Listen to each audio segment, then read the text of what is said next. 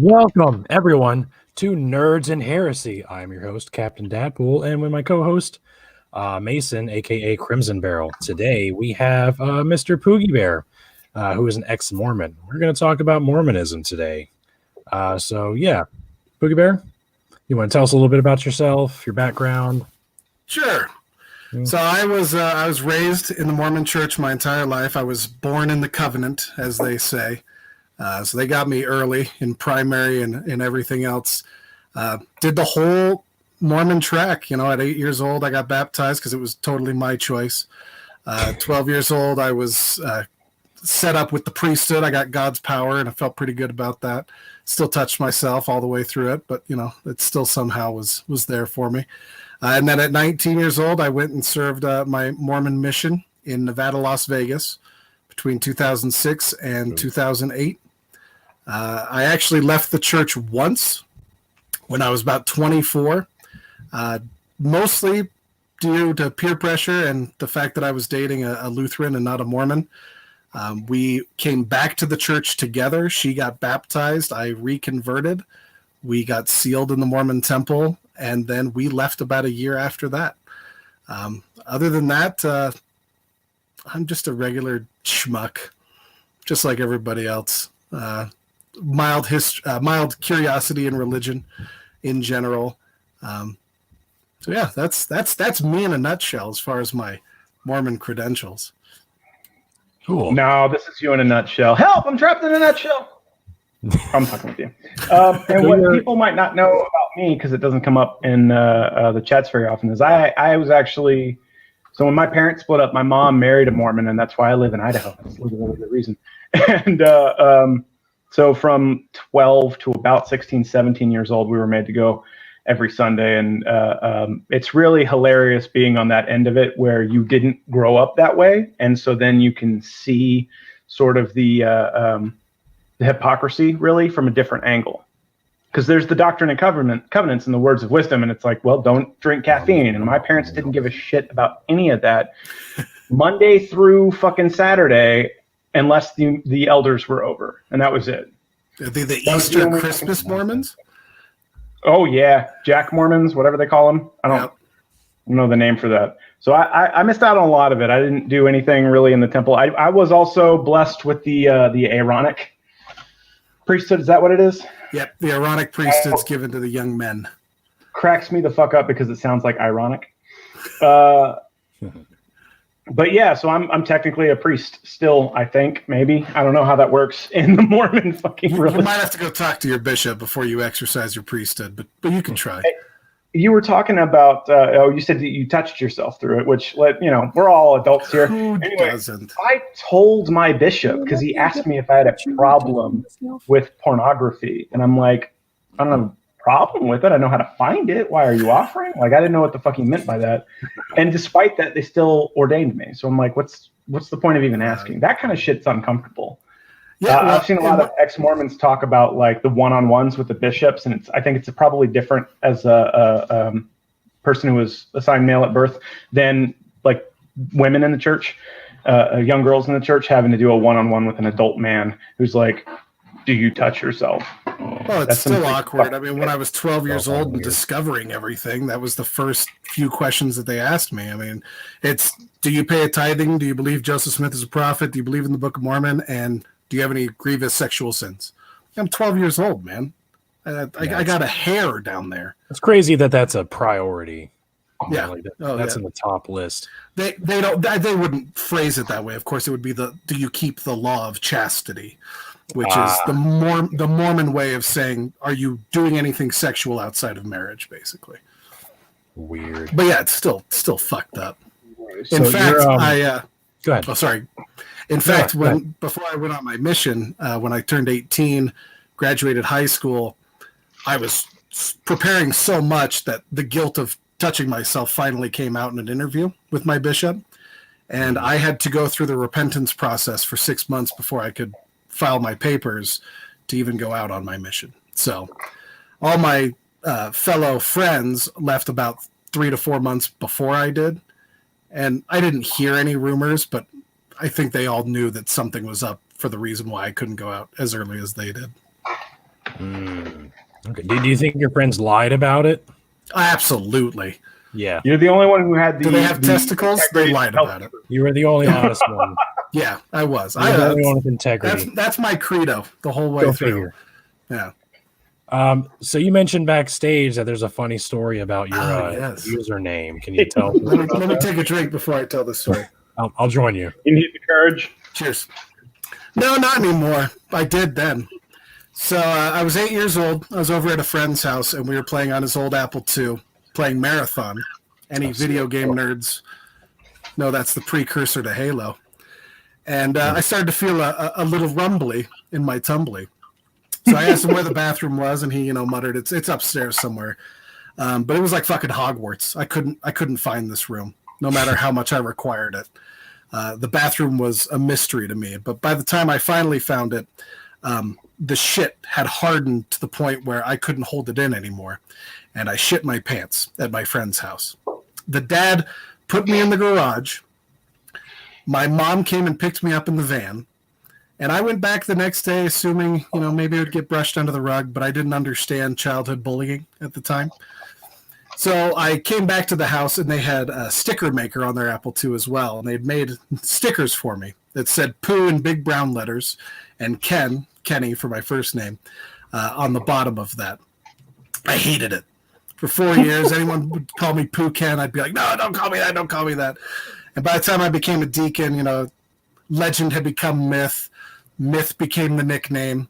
Oh, so it was Pooh Ken for a while, and then it evolved into Pooh Bear, which became Poogibear, and that's been my email and my online moniker ever since. So you too can have an online moniker if you shit yourself. That is a great story. At least it's not like Poon Slayer 69. No. That's my Xbox Live account. So, Meaning Forge asks, what's everyone's poison tonight? So I'm drinking just a rum and Coke. When I run out of that, I have the good shit. Oh, my God. Johnny Walker Black. I just have Admiral Nelson. It's the cheap rum. I love rum. My favorite is called Black Seal, but when I'm on a budget, I get the Admiral Nelson. I actually love Admiral Nelson. The cherry's really good. Starting with a Colorado peach cider, apple cider. And we're going to switch up to sparkling water because I'm a weenie. We still have seconds. And it was free, so. And I do have words set up. When you did your intro, you said one of them, but we're at the first 10, 15 minutes. We don't interrupt for that, but we're doing the drinking game. So I have them, and I am listening this time. I will pay attention because I was a little out of it last week, to be honest with you. So, what even is, let's get into that, the origins of Mormonism, because this shit fucking cracks me up that it's so recent in history that my grandfather can be like, oh yeah, that didn't happen. Yeah. That's bullshit. It's not true. Exactly. It's actually an analogy that I use for Christianity too. It's like you've got Mormonism, which is 250-ish years old. Take that same evolution of Mormonism, times it by about 10, and you have the evolution of Christianity over 2,500 years and where we've evolved to today. But yeah, Mormonism, in short, is Christianity 2.0, at least to Mormons. It all starts and ends with Joseph Smith, who, as a boy in 1820 or 1821, depending on which of the 9 versions of his miraculous first vision he had, went into a grove of trees, prayed, and saw God the Father and Jesus Christ as 2 separate beings, which goes against the traditional biblical Trinity. Where I thought he saw angels. Exactly, yeah. So depending on the version you read, just one Jesus. It's either angels, a host of angels, a pillar of fire, just Jesus, just God. And the reasons he went into the woods are he had already made up his mind that all churches were false and wanted revelation. He went into the woods to seek forgiveness in a different one, or he didn't know which of all the churches were true and needed guidance. Okay, so the one that I heard, this is, a lifetime ago at this point, sorry, was that he had like gone to all these different churches that were in the area and didn't quite vibe with any of them, didn't quite believe in any of them necessarily. So he goes out to this grove of trees to pray. And I'm relatively positive the one I heard, it was just Jesus, or maybe it was Jesus and the angel Moroni that came down to him, but I didn't hear that God was part of it. And I didn't hear like a bunch of angels. So yeah, there's so many different versions of that story. The official version that's recorded in the church books is the 1838 version, the 1838 account, which is 18 years after he supposedly had the vision and a full 8 years after the Book of Mormon was originally published. That's the official version that the church is going with. I know you're and in that one, that's going to be Jesus and God that appeared to him. I still have that shit memorized, and I haven't recited that since 2008, but I could give you the full. I saw a pillar of light. It descended upon me, and when the light rested upon me, I saw two personages whose brightness and glory defy all description, standing above me in the air. One of them spake unto me, calling me by name, and said, pointing to the other, "This is my beloved son. Hear him." And then he ripped the loudest, wettest fart you've ever heard in your life. There might have been a little bit of an addition to that, but that's mostly it. Oh man. So okay. I think I do remember that part actually. Yeah. So, okay, I did hear a version that it was God and Son. So that's fucking ridiculous. What the fuck? So one thing I'm curious about, Poogie, is like Mason mentioned earlier, they all knew that Joseph Smith was a known fraud. Like they all knew this about him. And then he comes up with this idea and they all like universally believe him this time. So what do you think happened there? There's so many pieces. Like Mason was saying before, because it's so recent, there are journal entries upon journal entries of anti-Mormons, Mormons that left the faith. But essentially, he was charged in his township in Palmyra, New York, with money digging or treasure digging. He had a seer stone at the time that he would put into a hat, and he would send people out saying, this is treasure. We're going to find treasure here. And they'd start digging, and he would say, you just missed it. You just missed it. It just sank further down into the ground. Eventually, someone got sick of his shit and his father, Joseph Smith Sr., who were doing this. And there were charges placed against him for this. He was brought to court, and I think it was dismissed away. But people in his area kind of knew that the Smiths in general were dirt poor.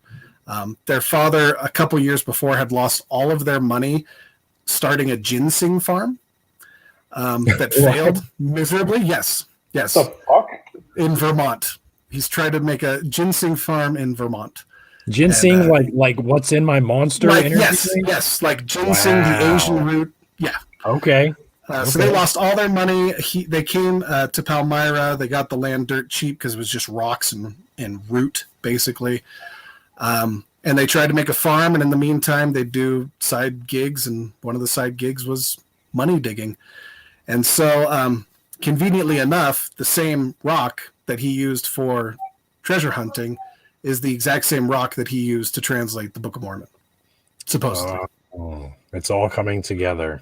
Yes. Fuck, he died in prison where he belonged, right? But it's such a dumb fucking story that as much as I kind of like shit on Christians and Abrahamism in general in my videos, I don't really even get into Mormonism because it's just so dumb. And there was a thing that my stepdad said when I was growing up that I was like, oh, okay, cool. That didn't occur to me to correct him at the time. But now if it ever came up again, I'd be like, no, bad.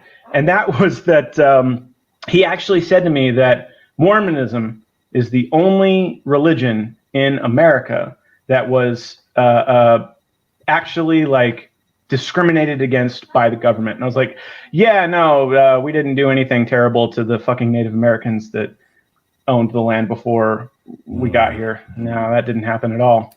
Yeah, and whether or not that persecution was deserved is a whole nother topic. And in my opinion, there's no winners in that story. The Missourians that are the majority of that persecution were just as ignorant as the Mormons were, that came to their land and said, we're going to set up New Zion and New Jerusalem here, and this land belongs to God. And also, we think the Native Americans, which are the Lamanites from the Book of Mormon, deserve to get the gospel and flourish in the land as well. The same year that Andrew Jackson passed the Indian Removal Act on the frontier of Missouri. Something tells me people aren't going to like that. I don't know. That's just, that whole situation pisses me the fuck off. We shouldn't get into that because you'll get angry, Crimson. The persecution complex of Mormons. Mormons do persecution complex better than any Christian I've ever met. Really? Yeah, in my opinion. If you talk one iota about the church, that in even the friendliest manner, I get them on my videos all the time on my TikToks. It's, they'll come up with some excuse. You left the church, but you can't leave it alone. Or, wow, look at this ignorance about this topic. You obviously weren't Mormon. It's like, dude, I'm talking about the translation of the Book of Mormon that's in the history books. Mm-hmm. Yeah, I get that a lot too. You weren't really a Christian. Yeah, I went to Fine Arts Festival. All right, like you have no idea. I learned the guitar to play hymns. Yeah, I'd be the only person there that's like, you're right, I wasn't a Christian. I'm not that fucking gullible.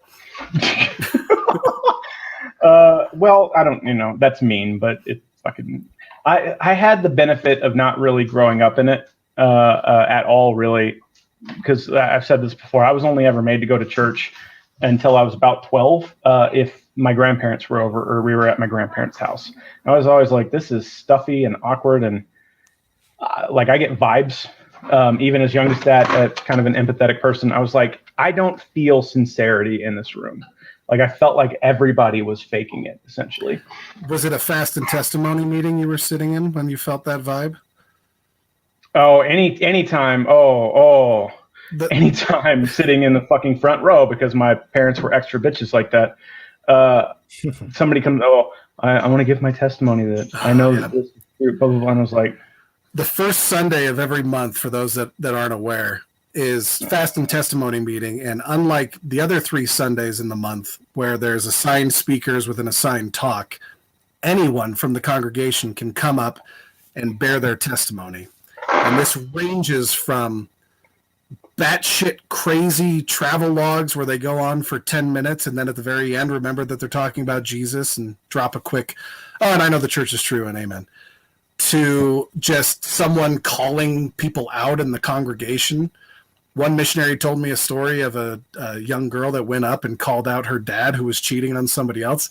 I don't know if that story is true, but I could believe it. You don't give free rein to crazy. And unfortunately, every first Sunday at a Mormon church, they do. It's weird. Like, that's ridiculous. Mormonism is so similar to, like reminds me of Scientology. Mm-hmm. Like it's so, like from our perspective, it's so batshit crazy, but there's so many people that believed it sincerely at the time. And like Scientology is like a modern day Mormonism. So how do you think, or why do you think people are convinced of things that are so obviously nuts? Well, not to mix politics with religion, but I think we can all see things even today. Conspiracy theories, anti-vaxxers, misinformation is so easily spread now. Mormonism was relatively small until they set up their own city in 1841, maybe 1840. Bumfuck nowhere, Utah? No, not quite yet. In Nauvoo, Illinois. Joseph Smith set up the city in Nauvoo, and he was there for 4 years before his martyrdom, before he was killed. And the church splintered at that point in time. So you actually have a sect of Mormonism that stayed in Illinois, and then you have the Brighamites that went to Utah. Well, if you take anybody outside of the reins of government, and at the time Utah was outside of the United States territory, and you set up a theocracy, and you tell people that, I'm the only one that speaks for the Lord, and people pour into there over 45 years, you're going to have generations that are loyal to an idea and to what they think is truth. If that had not happened, because these other sects that stayed in Illinois that didn't quite go as Brigham Young crazy, they kind of fell away or merged into mainstream Christianity. But Mormonism is its own brand of crazy that was able to flourish in the desert with no other outside authority to tell them what to do for so long. They were able to kind of bury that crazy history. And it's only now in the information age that we have this. I mean, even church paintings today don't really depict Joseph Smith looking in a hat to record and translate the Book of Mormon. There's hidden articles in church magazines that you can find, but they don't teach that. They teach that Joseph Smith had the plates, that God was talking to him, and he was like you're reading anything else, translating it from it. And that's why the missionaries don't talk about that, because if you came into a lesson and said, yeah, Joseph Smith dropped a hat that he used for treasure hunting to translate the Book of Mormon, and that's how we know it's the true book. Okay, thanks for coming, gentlemen. Have a water, and we'll see you next time, and they'll never answer the door again. Well, we kind of talked about that behind the scenes, too, as far as if they proffered all of these sort of, honestly, to Christianity outside of just this concept of a New Testament, what would be considered heresy, if they drop that information up front when they fucking first come to your door, even the 10th time they come to your door, while they're trying to convert you, nobody would become Christian. It would just be people who are already in the church. As far as I'm concerned, I really think that. I think that if they proffered that information, if they said, this is the origin of Mormonism, and also if you follow everything and you're the best you can be and you do all of the words of wisdom and Doctrine and Covenants, you get to go to VIP heaven. And in VIP heaven, you get to be Jesus for a different planet. No, and never Jesus. And rule your own planet as a god. If they said that shit, you'd be like, get the fuck out of my house, you insane person. Don't come back. The ancient aliens people would eat that up. But yeah, most everyone else would back up. But that's the thing. So, 4 years and some change really for me, maybe a little bit longer than that. Not once did anybody ever mention that. The most like heretical kind of outside of Christianity thing that I'd ever heard was in a Sunday school meeting when I was kind of trying to be like, here are a bunch of questions I have, because I've been exploring mythologies and whatnot since I was a fucking fetus.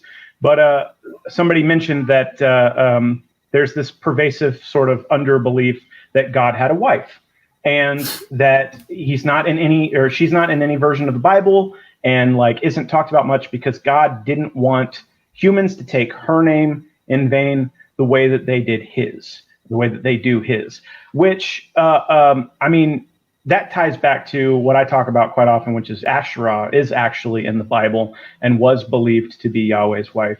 So that kind of cracks me the fuck up. But either way, so it's like, they never talk about that in sermons. They never talk about it in actual like church meetings that I'd ever seen. But so like, where the fuck do those beliefs even come from? Because I've read the Book of Mormon back to fucking front. I've read the Doctrine and Covenants, all this shit. Who the fuck came up with that nonsense? Again, with Brigham Young and with Joseph Smith, they have, because it's so new, we have several of their sermons. One of them in particular is the King Follett discourse. So King Follett was a man that died, and Joseph Smith spoke at his funeral.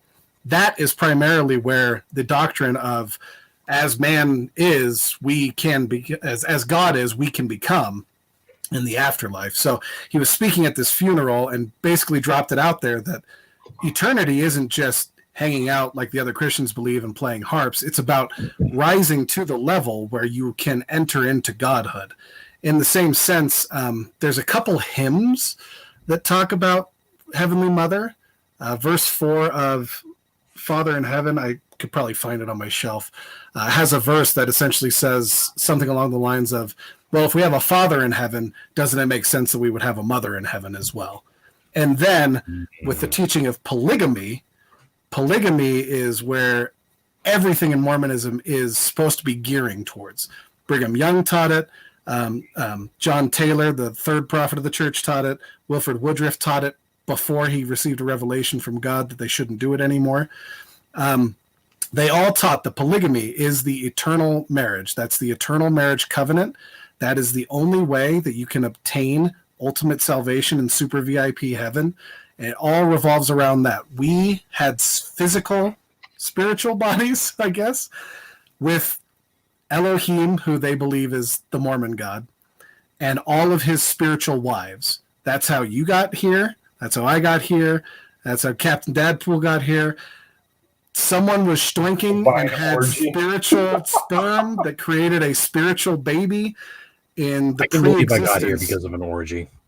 Yeah, basically. Yeah. I can believe that. By the way, no, I didn't want to cut you off, but everybody drink. You drinking? I must have said something. Maybe it was me. You don't know. I'm going to figure it out. That's what we got to do. We got to figure it out. That's the word. These ones were easy, actually. I didn't think they'd come up as often, but like I said, in your intro, one of them came up. I think it was a different one, but yeah.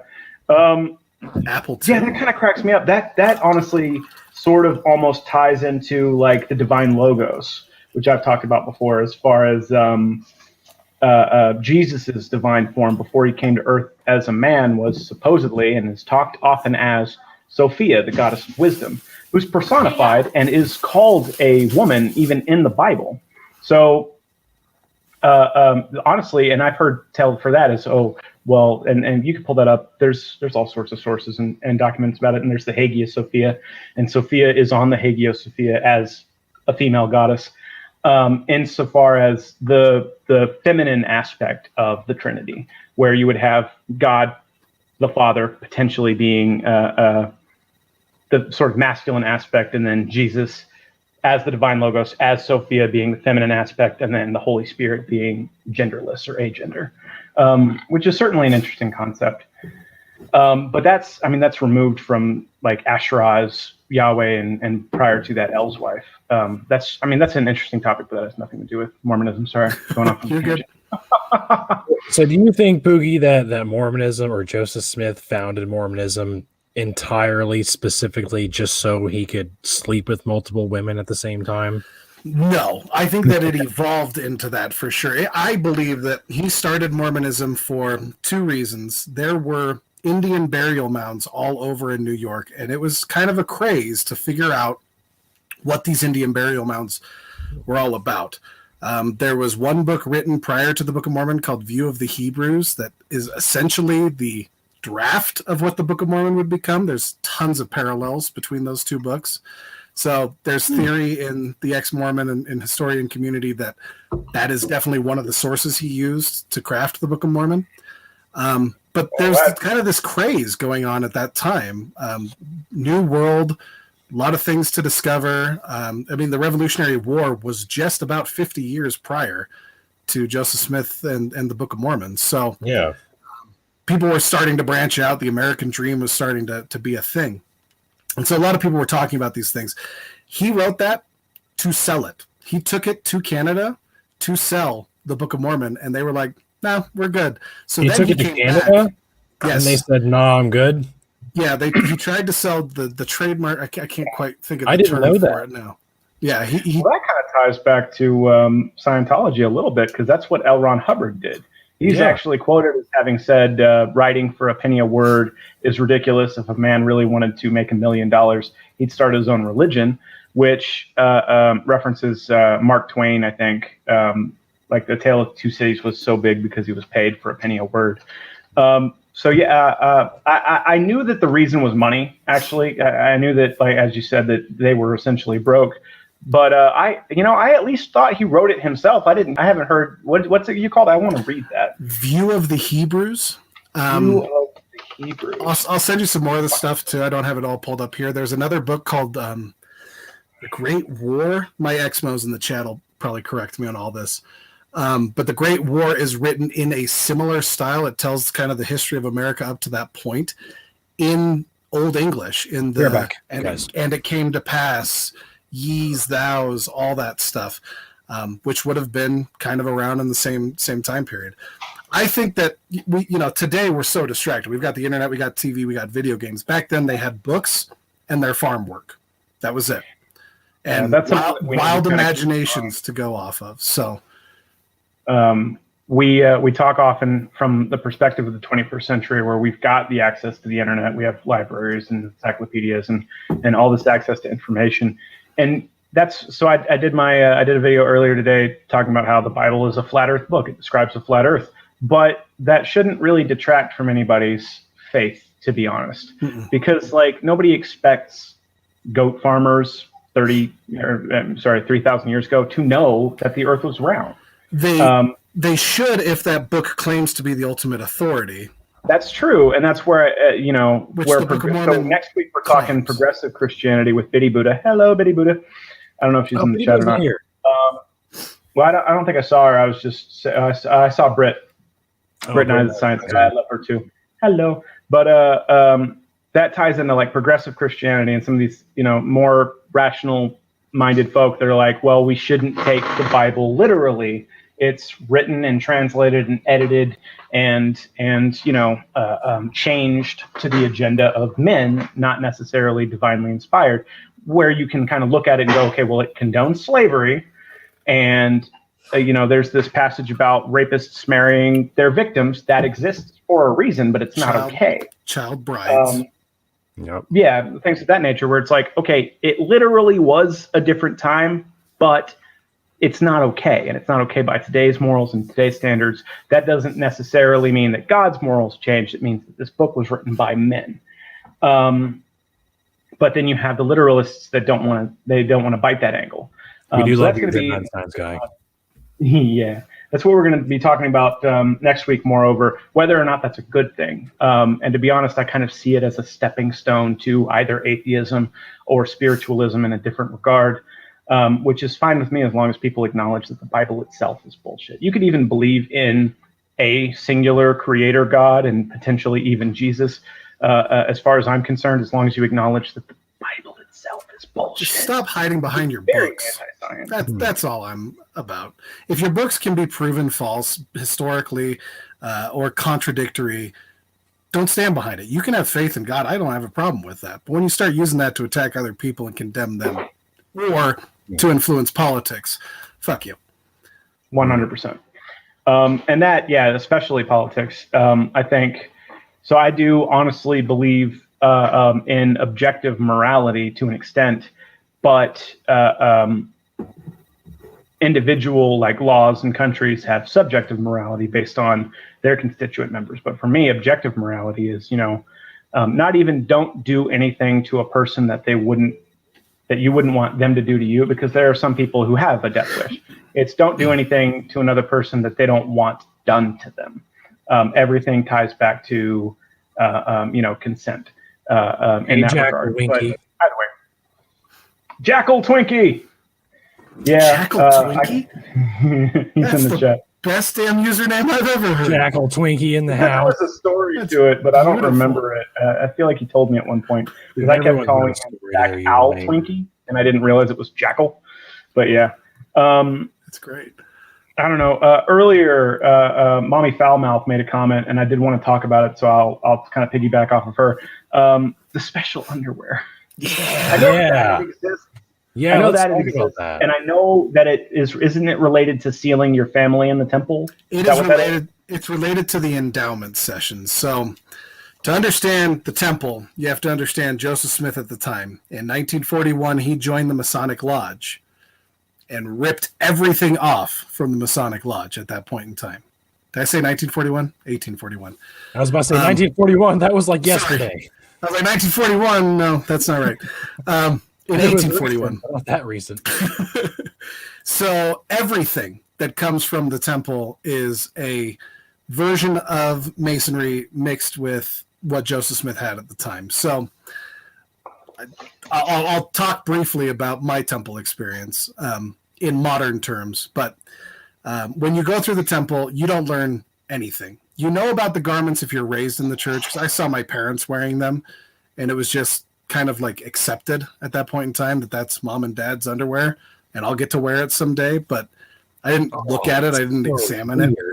It is weird, but it's just normal. It's like underwear else. as like a family heirloom. No. I'm not going to wear their underwear. I'm going to wear that style of underwear. That style. Okay, I'm going to buy my own banana hammock. Grandfather's underwear. And No, God. They're white, Dad. You know how stained white underwear gets? Oh, it's even got his stains on it. His original. No, you can't bleach that out. There's not enough cleaning agent for all those stains. My brain went. Sorry. No. So, shit, that derailed. Hey, Shannon Q, I want to say hi. So you go through the endowment session, which is a glorified play. It's essentially a film now, but at the time it was a play where Elohim, who the Mormons believe is God, Jehovah, who they believe would become Jesus Christ, and Michael, who is the Holy Ghost at the time, came down to the earth. They organized the earth. They did all that stuff. They placed Adam and Eve in the Garden of Eden. The Adam and Eve story happens, and at the end of that, they're cast out of the garden, and Jehovah asks Elohim if we can send people to instruct Adam and Eve in the world, and Elohim's totally okay with this. So they go down and teach them the secret handshakes in order to determine who's God's prophets or who's God's teachers. But it's all kind of an allegory. Like, I don't know if that's really what Mormons believe happened in the Bible.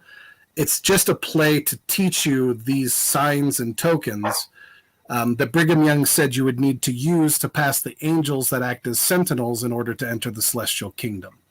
And in that whole process, you wear the garments, which act as a symbol for the covenants that you make in the temple. So on the temple veil, you present your signs and your tokens at the veil, and afterwards, on the veil itself are the symbols. So the compass, all the marks, I've forgotten them by this point in time. The V, the L, and then there's a mark across your navel to represent like health and goodwill, and then there's a mark across your knee to signify that every knee will bow and every tongue will confess that Jesus is the Christ when he comes back. So at what point do you and your manservant climb a volcano to toss a ring into the lava? And what the fuck? This is some Tolkien bullshit. I'm the manservant. Don't I look like Samwise? I'm not Frodo. I carried that bitch up the mountain. Oh yeah, Sam's the real hero. Sam is Everybody the real knows hero, that. The everyday man. And the Silmarillion doesn't even mention him. Fucking elves, they just call him. We need to be a little nicer to Samwise because if it were not for him, which, I mean, to be fair, Frodo was carrying the ring for a long fucking time. Fair. I mean, anyway. movie Frodo is kind of a whiny bitch. We're not at the nerding out segment yet, goddammit. Yeah, we're not there yet. We'll get there. And we've had a couple questions about your shelf behind you, and so I think we're going to get to that. And so Mommy Foulmouth wants to know, though, she heard that the magic underpants were supposed to be fireproof or protect you from fire. Might be like celestial fire. Another myth, essentially, but the idea is that if you're wearing the garments, you will be protected at Armageddon before the second coming. But in addition to that, there were several stories circulating around in my mission. One of the most popular ones was that there was an Asian laundromat, and of course it had to be an Asian laundromat. Just let me finish.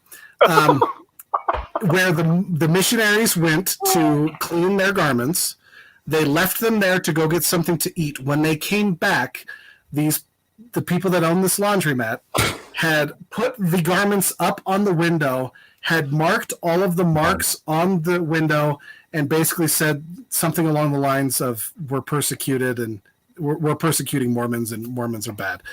The Mormons then dusted their feet off at the laundromat, and the laundromat burned down the next day, and all that was left were the garments in the debris. Mormon folklore, y'all. It's got something on it. I get the idea that public laundromats are some sort of like hellish symbolism. I get that. I've been to public laundromats. I totally get that analogy. And you know, so many people at laundromats are going through other people's laundry and not just coming and collecting quarters at the end of the day. Public laundromats I are have weird. a photo from the Wow. last time I used a public laundromat. It's like a 6-year-old child playing with a condom balloon. Oh. Was it used? I fucking don't know. Okay, No, that's it's not used. I don't know why my mind went there. Where did he get it? And who turned it into a balloon? It was in a pocket. It had to be in a pocket in some Telling pants. you. Fell out. Oh, But Sorry. yes, the idea is that the garments will save you. In fact, a common phrase that would go around in Mormonism is you're paying your tithing is really your fire insurance.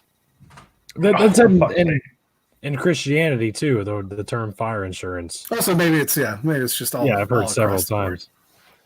So why don't firefighters like use this type of technology? You know, like The church isn't going to give their garments to just I feel like everybody. they should be sharing this type of stuff with the Do real the firefighters pay 10% of their tithing to the church? Oh, that's the problem. So There you don't you pay go. 10%. You don't get It's a give and take. you don't we get can the get into tithing the if you plus want. 5 fire damage. I prefer underwear. not. What is the purpose of tithing? It's for the church, right? It's supposed to go towards let's kind of run down building church set like construction, any kind of like we're setting up a temple, we're setting up a church here, we're doing this, that, and the other. I think to an extent, don't at least the bishops they get a salary, don't they? They don't. Okay, I was trying to remember because Bishop Roberts was my bishop.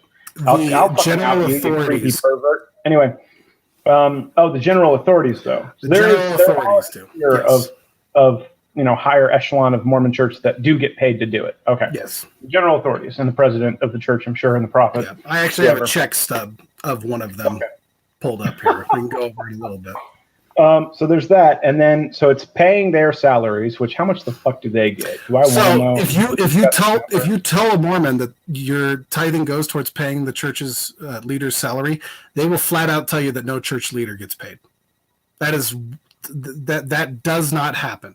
They get a stipend, a living stipend, and it's modest, but nobody gets paid in the church. They're all volunteer positions. It's just another way of sweeping under the rug the money that's constantly flowing through the church. It's kind of like Yeah. Christian missionaries do something similar. Which that's just a bullshit little cop out. But other than that, maybe like donating to charities, providing for certain people. The church charities. To church charities. That's what it's supposed to be for, right? Yeah. So can we talk about how the Mormon Church donated $30 million to fight Prop 8 in California in 2008? Absolutely, we can. They Yeah. fucking do that. They provide money to PACs, super PACs, politicians. They fucking if churches are going to donate money to politicians to political fucking agendas, then they ought to be paying their goddamn taxes. Well, Mitt Romney was Amen. Mormon. He's Mormon, right? Mitt Romney wasn't Mormon. He was almost which is why he president. didn't get elected. Yeah, Mitt He didn't Romney. get elected because he was Mormon. If he was Christian, he would have won. I guarantee you. I agree with Yep. Absolutely. Because he was just a little too far out there for most of the Christians. And anyway, but fuck me. Yeah. So that's the thing. And I wanted to talk about this too. Somebody brought it up to me last week. I think it might have been Matt. That there's a mall in Utah that is run by the Mormon Church that does not pay taxes. That's for profit. That's not even a fucking nonprofit. That I don't know. That I would say might be hearsay. But the church leveled the ground. The church built the mall. The church leader at the time, which was Thomas S. Monson, cut the ribbon at the mall opening with the phrase, "Let's go shopping," as he cut the ribbon. I thought you were going to say something way different. No. But just the idea that you've got. So Jesus in the Bible throws out money changers at the temple, and now you have the equivalent of modern day prophets in the Mormon Church cutting ribbons at mall openings that they funded in order for people to go video's throwing me I off. know, So it keeps fucking with me. I'm sorry is about the that. video doing that? There's I like a think it's the filter. light. It's the light that It's keeps like every time going you from- raise your hands, like the camera tries to adjust to the light. I'll try to stop. I'll try You to know stop what? talking with my hands. God's sending us a message right And that now. message That's is, what's happening. Oogie Boogie, I can change your light. I'm just poking fun, but no. So I want to pull that up. So maybe I'll do that while y'all kind of like wax poetically about it. But I heard tell that this fucking mall doesn't pay taxes. So I'm going to do Look that up Mormon. because I'd be very interested in that. But yes, the church funded that area. They own that portion of downtown Salt Lake. It is quite literally across the street from the Salt Lake City Temple. City Creek Center Mall. City Creek Center Mall. Do they have a hot topic? Do they have what? Do they have a hot topic? No, but they have a Nordstrom. You know, they have all But the here's the question. name brand stores. It's not really the same So- thing. No, it's not. No, not at all. No, there's nothing satanic at that mall. Just the money changers. So here's the fucking thing. Spencer's? Apparently, the They church have a Deseret denied book. that. Apparently, the church denied that tithing money was used for the construction. But where the fuck did the church get the money from if it wasn't tithing? Investments. The Fuck. church has. God. The church is a great Cinderella story if you look at it, because tithing Where's was the money instituted for those investments come from? God damn it. from the members. Yeah, the church That's was going ridiculous. bankrupt after Brigham Young's period of time. John Taylor or Joseph F. Smith? One of them gave an empowered speech where basically tithing was like, pay tithing if you want to, and it was like something really small, like 2%, and then it became commandment to pay 10% in the early 1900s, which is about the same time that you see the church just slowly building their portfolio. So they started buying all of the historical church sites in Missouri and New York, and they just started investing all of that. That's why they can build the temples in the best places in their cities, because they have the money. They have $100 billion slush fund that was just exposed by the Wall Street Journal. And that's one fund that we know of. The church has to be making billions and billions of dollars. And There was a fucking quote from, I want to say it wasn't the current president, but the former president, who said, yeah, we're talking, it's a global religion at this point. So we are talking in numbers of billions of dollars. And it's like, okay, that is like completely inverse to Jesus's teachings. Motherfucker said, give away all that you have, live modestly. Dude hated fucking churches. Well, the churches that existed at the time, at the very least, because they were corrupt, yada yada, fun times, and did. So that's the thing where, like, I talk about that quite often, where Jesus himself never condemns homosexuality, but he condemns tax collectors and money changers. Mm-hmm. So fucking figure that one out. Why do people care so much? And then the one quote that they bring up is about divorce, not homosexuality, which I think is hilarious because they always want to pin that, but then they don't read the whole fucking thing. They never do. So fucking no church. Mega churches shouldn't fucking exist. The Vatican shouldn't fucking exist. These, glorifying and adorning themselves with gold and jewels and shit. And certainly there's no fucking place for church in private industry, in politics. And they just, sorry. But don't you know, Mason, that the Mormon Church gives to charity? Do you want to guess? Do you want to guess the number of money that they've given since 1985 to charity? Out of their billions and billions, 2.2 billion since 1985. The Mormon Church? And how much fucking money do they have? Is it tagged? in withholding right now? Exactly. Out of $100 billion slush fund that they have as a rainy day when the apocalypse happens and we need to take care of our members, and they know that fucking shit's not going to happen. They have all the history that we do. They know that the church is full of shit. They know that they're just a corporation at this point in time. Well, hoarding is immoral, one way or the other. I don't care. 2.2 billion. 2.2 billion over 40 years is a spit in the bucket if they're collecting billions and billions in tithing monthly. Oh, well, not monthly. What the fuck are they doing with it? Real estate. I guarantee you in 100 years, the church is just going to be just a real estate business. You think that? I honestly think that with this sort of move to progressive Christianity, which I think, again, is a stepping stone to atheism and other forms of spirituality. Absolutely. And is. with the information age and with, people like us that are constantly on these social media platforms going, hey, these things that you believe literally didn't happen. Here are the sources for why. Certainly older people are, more dead set in their beliefs. They've been with it for, 30 plus years, and they're not going to be motivated otherwise. Or if they are, it's like just an itch in the back of their head, like, oh, Satan is trying to confuse me.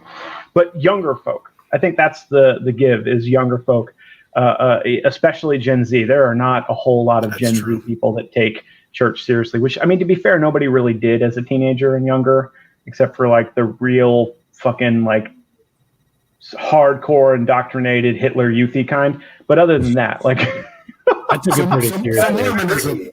Mormonism, yeah. What was that, Ricky? I said I took it pretty seriously as a teenager.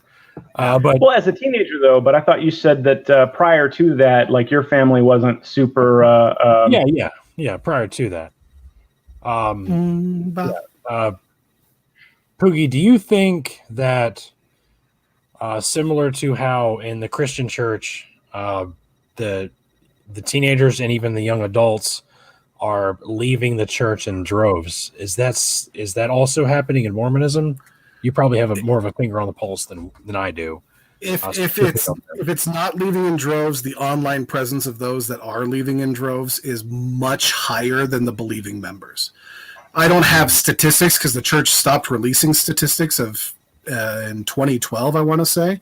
Shocker. Because I think they didn't want to show that it's definitely trending down. But the belief is, yes, droves. I mean, within my family, there's 6 siblings.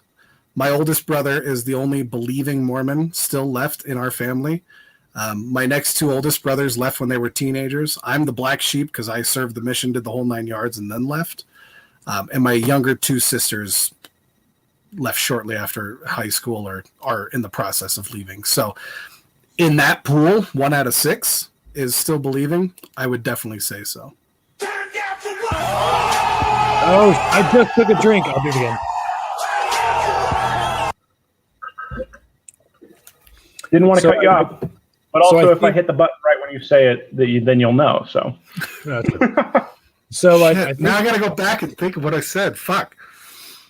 I think we're close to ready to getting into our nerd segment, but before we do that, I want to hear about your experiences doing the missions. Because I had a couple of Mormon missionaries come to my house when I was a teenager and a devout Christian, and I let them come in. They said the whole spiel to me. They gave me pamphlets. And that's where I pretty much learned everything about the golden tablets and all that. So can you tell us a little bit about your experiences doing those missions? So prior to me going on the mission, they had memorized lesson plans up until about the 90s. You memorized something, you did not go off of that tract. About 2 years before I went on my mission, the church released this huge fucking manual called Preach My Gospel, where we were allowed to be a little bit more loose, but for the most part, there were 5 lessons that we taught to investigators, and that was typically it. It was how the church was formed based on how the church taught it. The plan of salvation, which is we lived before we came here, we come to the earth, the choices we make determine where we go, and if you're a good Mormon, you go to super VIP heaven. The gospel of Jesus Christ, which is basically Mormon ordinances, and if you follow those, you'll be saved. And Mormonism is, regardless of what they tell you, a works-based religion. Absolutely. There's grace in it. And even in the Book of Mormon, there's a verse that says we are saved after all we can do. So you have to make an effort, and Jesus will meet you halfway with his grace. The commandments, which again are just Mormon commandments, and then laws and ordinances. So I served in Las Vegas, and I was about 100 pounds heavier than I am now. But you did missions in Las Vegas? Yes, I did my. Did you ever Mormon take a break and go see the titty bar or? No, I saw titties, but I didn't have to go to a bar. Well, all right then. Hey, Biddy Buddha's in the chat. Yeah, she is. Talking to Biddy Buddha next week about progressive Christianity. That will be fun. Wait, how do they determine? And I'm sorry if I'm cutting into your spiel. I think I know what you're going to say. How do they determine where you go on your mission journeys? Ooh. By revelation, of course, but not really. Oh, revelation. Oh, duh. How do I not think of that? Dart at a board. They have a giant computer algorithm. 12 missionaries are leaving here. This student has a 2.5 GPA and doesn't speak any languages. Las Vegas. Okay, yeah, that's right. He speaks Spanish and he has a 4.0 GPA and he's from Utah. Let's send him to Brazil. I know that's not but same language, but we weren't told. Like God said that we should send them to Brazil, though. Yeah, God and a computer. Which That's- one's more powerful? When they were still kind of trying to talk to me to going, they were like, "We could send you to Ireland." It's like, okay. Yeah, my brother went to Scotland and I went 2 states over. Fuck them. Like you're talking like I have the 18 grand to go on our mission. Dude, I would convert to Mormonism in a heartbeat. You would go on a Mormon mission in a heartbeat. If I had to go to Mormon, I wouldn't do it. I mean, like, Okay, I here's would the go. thing. I would go to Ireland, but I wouldn't like go door to door. You don't get to have any fun, Ricky. And It's 2 Ricky, isn't it 2 years? it's 2 years and you have to pay. You do have to pay. You don't get to go for free. It's $10,000 regardless of where you go. They changed that. It used to be if you went to Japan, you had to pay a fuck ton more. But they leveled it. It's $10,000 per missionary. You pay, and then they give you an allowance for what you're allowed to spend on the mission. My mission started at $130 a month. And my mission president, who I don't give a fuck, is John J. Wadsworth, the creator of Tahitian Noni, one of the biggest MLMs in Utah, was a millionaire. He cut our MSF fund from $130 to $105 to prove our How the faithfulness. fuck do you think he's a millionaire? Yeah. Have you ever lived on $25 a week? Do you want the actual answer? Food, bike parts, clothing, laundry, Bike soap, parts. determined. Bike That's important on the mission. I don't know why I that's had to have my different. pegs, man. If I didn't have my pegs, I couldn't take any of the investigators to church. Your family didn't send you extra money? No, So my the family's tax write-off. poor. Oh, I thought I saw. I feel like I saw one of your TikToks, and you showed like pictures of you as 20-year-old Poog on your mission wearing a fucking do-rag or some shit. I don't know. You were doing something that was what the fuck? I dyed my hair. So emo was big. Okay, in all right. 2007, I remember and now. you get 1 day off. You're not really off. You get from 10 to 5 on Thursdays in our mission. My companion had gone on a blitz, so they sent obedient missionaries, or the good missionaries, to a new area, and they just sent 12 missionaries out to go track this new area so that the companionship that would stay there would have some investigators to teach. So they went off there. I was stuck with, I almost said their names on live. Probably shouldn't do that. Anyway, I was stuck with 2 missionaries. Who cares? Go Yeah, but for the it. mission president's a public figure. Fuck him. Zero fucks given. As Bigler and Zog that I was with, and they we just got this stupid idea to go to the dollar store. Bigler and Zog. I'm writing that down. Bought hair dye, eyeliner, and we went and took stupid what we thought were emo pictures because as missionaries we didn't have TV, didn't have internet, didn't have cell phones, so let's go take pictures as emos. Do you still have these emo pictures? Oh yeah, I shared them on my TikTok. I don't have. Did you? I lost all of my physical copies of my pictures and my digital copies, but I made a slideshow on my Mac when I got home. So all of them are in this shitty slideshow, but I have them still. So, quick question. Who the fuck has that kind of money to fork over 10 grand? Like, I didn't see that kind of money till I was well into my adult life. Like, who the fuck has that kind of spare change? How do they? Sorry, go ahead. Yeah, I'm just asking, how the fuck do these people come up with that kind of money? So, I mean, there's fundraising. People will like fundraise for their mission essentially, and then fundraising $10,000. Yeah, so that's part of it. You but have there's to also whore yourself out. Damn, there's families in Mormon churches because you mentioned that it was certain things were taken from Freemasonry, which makes sense too, because families in Mormon churches often like help each other insofar as like jobs and certain kind of career opportunities. That's definitely like one of the sort of big pulls in Mormonism is that sense of community, but it's manipulative in that regard, I think. So yeah, no, there's a lot of Mormon families that do benefit from the church insofar as like status and then career and wealth. So they're more capable of sending their 12 fucking kids to a mission. Kind of works down to. You made a comment about a van earlier, and I was like, Mormon assault vehicles. That's a thing where, you know, shitload of kids. Fuck, my folks had yes, Biddy at Buddha. one point 5 teenagers living in their house. Huh? Sorry, Biddy Buddha came in a little bit late. He asked if Mormons are the ones with the weird underwear. Like, yeah, we covered that like right before you got here. Poor Biddy Buddha. But it's the same. It's the same church that tells you to give 10% to the church. So I had a missionary fund. Every paycheck, I would take 10% to tithing, and 10% to my mission.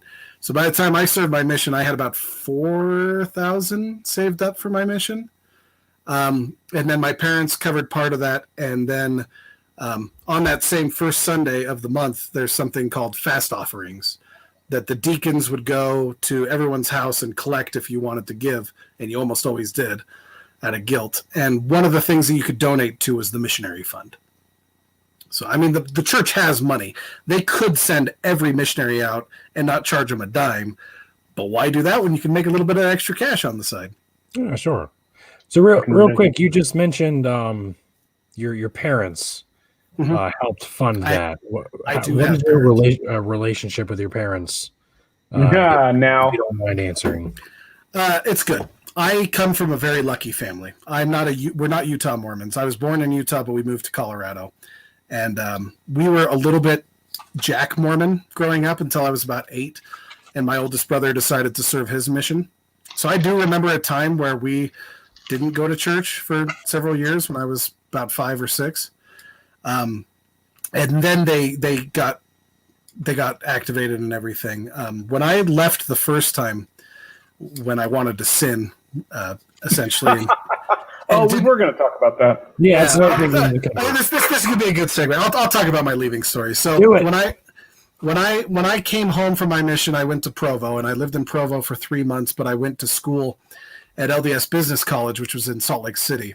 I had to take a bus hella early to get all the way up there. Took some classes, came back down, and worked in a debt consolidation call center, making $4 an hour unless I made a successful call. I never had a successful call. Is that everybody happening? drink? Done. What'd I say? Damn it. I don't know. What'd you say? Bus.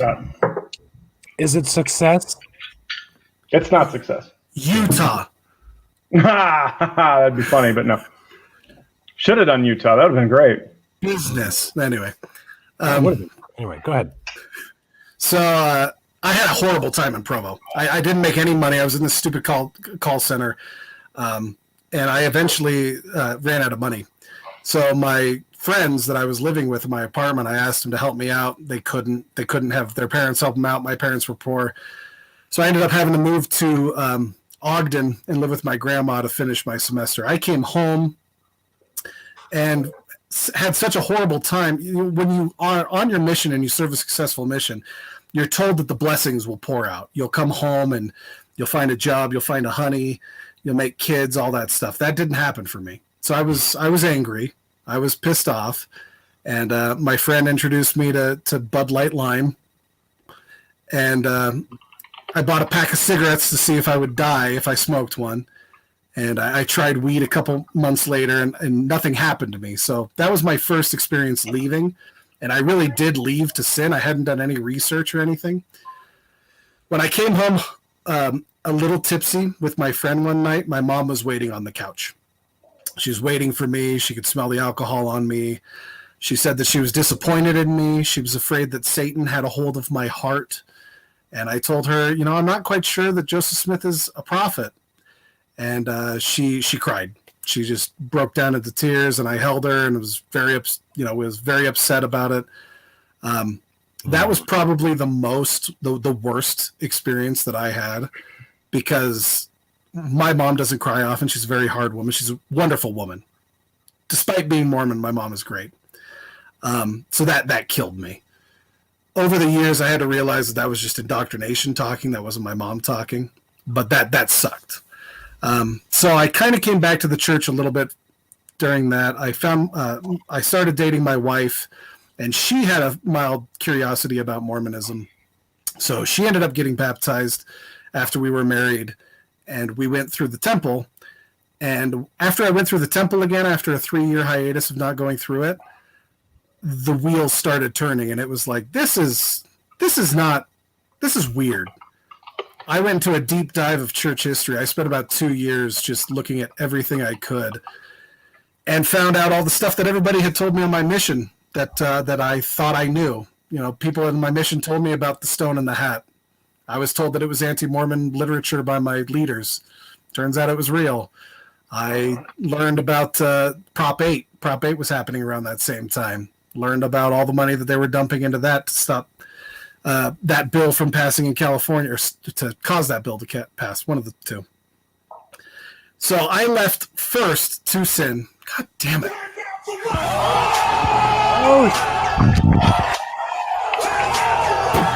I do know. I'm gonna figure this word out. Is it first? No, it's not first. Is it first? Is it first? God damn it. I don't know, because he's not interrupting me when I say it. He's waiting. So it's not fair. Anyway. Oh, I'm trying to make whiskey face. So I left the first time to sin. It was definitely sinning. So when Mormons say you left to sin, I'm like, yeah, the first time. Second time I left was because of the history. And with my relationship with my parents, we had our falling out early. I married someone that was non-Mormon. We sat down and talked with them when we left the church the second time. And I think at that point in time, because my parents already had 2 inactive Mormons in their family, we just don't talk about it. My dad will bring it up occasionally, and I'll fight him back on it. But my family's always thrived on kind of our way of showing love is making fun of each other. We're just not a typical Mormon family. So I got the luck of the draw. I was really lucky to have a family that gives a shit, but doesn't give a shit enough to interrupt your stuff. So I don't have the typical Mormon family experience where they disown them. I know people that have been disowned by their family for leaving the church. That shit sucks. I'm lucky to not have that. Yeah, I have a similar experience. Like, my family are not super religious. I wasn't excommunicated. Granted, I was like 31 when I left Christianity. But even still, my family was not or my mom was not the type to excommunicate me. So I get asked often, like, what do you do if your family's going to excommunicate you? And I'm like, I don't know. That's a bullet I dodged. Yeah. So yeah, samesies. I did want to, before we get into the nerd segment, I kind of wanted to go over, because I know that there's 3 different levels of heaven, and I feel like, aren't there also additional levels of hell too? I'm trying to remember this, going back 15 years to my fucking indoctrination. Yeah, even prior to the Inferno by Dante Alighieri, like the idea of multiple levels of hell is far older than that, as well as the ideas about heaven, like in the Ascension of Isaiah, which is written around the same time as the Gospels, had multiple layers of heaven. Well, that ties into the difference between Sheol and Gehenna, and then additionally in Greek Hades, and then Tartarus, which is only mentioned once. Insofar as also additionally the differences between Lucifer, Satan, and the devil. But that, that I talk about that quite often too. Sorry, I keep saying that. But as far as how Christians are sort of ignorant of their own dogma, but that kind of cracks me up, that Mormonism, because again, none of that shit, none of the difference between Elohim and Jehovah is really ever even talked about in the weekly sermon type situation. So that is kind of like extra you have to research a little bit more to find out within Mormonism itself. But it kind of cracks me up that they acknowledge this sort of difference between Elohim and Jehovah, because that's almost like the difference between El and Yahweh as per the fucking Hebrew Bible. So that kind of cracks me up, because there is a difference. There's a distinction in the Hebrew Bible between El and Yahweh, and then Elohim is treated as sort of a title for Yahweh insofar as, a child of El, which they only call him that to sort of validate his godhood within the pantheon. But he isn't actually Elohim. He's not actually a child of El. He's a sort of an import, a carryover from the Shasu nomads into pre-Israel history and religion, as far as the kingdoms of Judah and Israel. But that that kind of cracks me up, because I again, a fucking Mormon for 4 years, I never heard any of that shit. So there's not really two hells in Mormonism. There's a temporal hell, and then there is hell. So Mormons believe in a pre-existence. They believe we all existed before we came here, that there was a council of all of us, that 1/3 of that council followed Lucifer, whose plan was, I'm going to make everyone follow me no matter what. There's no free agency. And then Jesus stepped forward as our spirit brother and said, no, I'm going to be the savior. Everyone can make their own choices, but I'll die for everyone's sins. So that apparently happened. We all came to earth. The 1/3 of the hosts of heaven are literal demons that are tempting us with pornography and masturbation and drinking and all that bad stuff. When you die, depending on your actions here in this life, you'll get separated into a holding period. One is spirit prison, which would be the first hell. And then the other is spirit paradise, where the people in spirit paradise will go and visit the people in spiritual prison and teach them the gospel, which is where the ordinances in the temple take place. So you've probably heard of baptisms for the dead. Oh, yeah. So, baptisms for the dead is a wonderful, wonderful thing where we grave rob people of their spirituality and make them Mormon, essentially, in the afterlife. They'll teach a little bit different than that, but as a youth, I would go to the temple and I would be set apart, or I would be given the Holy Ghost for and in behalf of somebody who was dead. And then I would go to the baptismal font and I would get baptized 30 times. I'd get waterboarded 30 times in a row for 30 different dead people. I never did that for anybody. That's my one, like, I missed out, man. We always went to the Waffle House after. That was the highlight of it. Violated somebody's Waffle House afterwards? We went to the Waffle House after. That's the only reason I went. See, Mormonism isn't that different it's from not Christianity. That bad. There's waffles and donuts at the end of your, like, horrible experiences. They get good. So Applebee's or Ruby Tuesdays. Oh shit, man! You got like the $10 deals. We were limited. But if it was really late, then we went to Waffle House. Because that's where all the action happens. Anyways, sorry, I don't know. No, I was going to say the other way that I feel like I successfully escaped Mormonism, and I think it came up on last podcast or maybe the one before, where they fucking stalked me. So I left Idaho and joined the military, and they kind of tracked me through AIT to all the way to fucking Kuwait. They somebody told them where I went. Probably my parents, I'm not sure. But so they fucking came and bothered me on my first deployment in Kuwait, where the one of the